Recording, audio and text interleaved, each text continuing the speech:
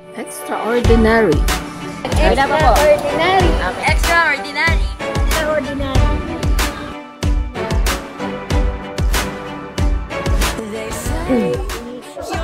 Hello po sa inyong lahat. Magandang umaga po. Ako po si Ate Alu.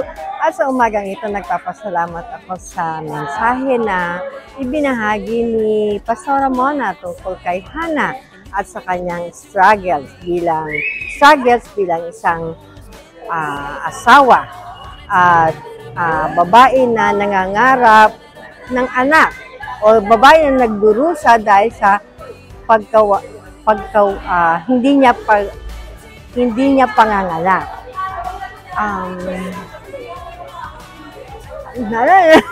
I can relate to this din sa kanyang pagdurusa as a woman kasi yung as a woman talaga marami kang struggle na haharapin, hindi lamang sa pagiging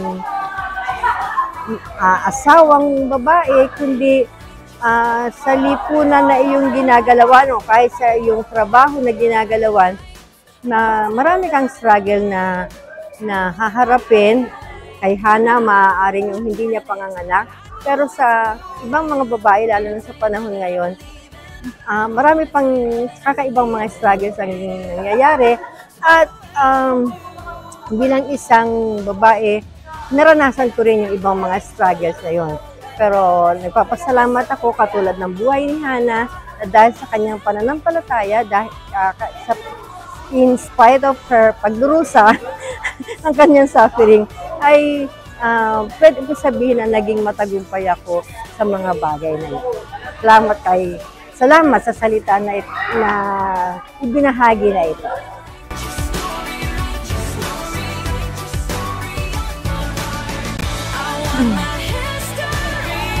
What makes me extraordinary as a woman?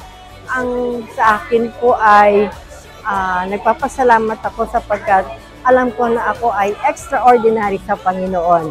Hindi sa iba, hindi sa tao ko hinahangad ang pagiging extraordinary ko, kundi yung ibinibigay ng Panginoon na mga favor niya sa akin, sa mga prayers ko, sa mga desires ko.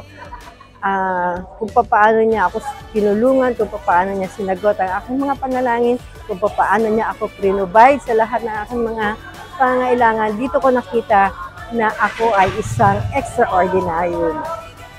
Salamat po.